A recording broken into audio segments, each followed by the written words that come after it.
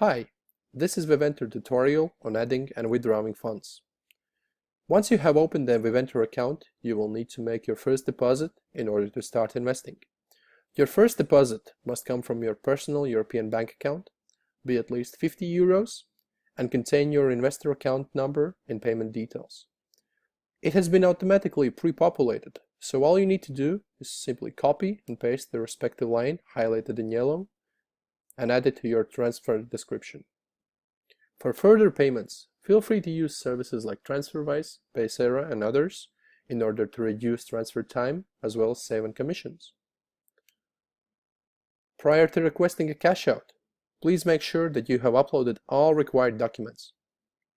Mandatory documents are a copy of passport and utility bill so that we can verify your identity and country of residence. We require these in order to comply with the anti-money laundering and know your customer regulations.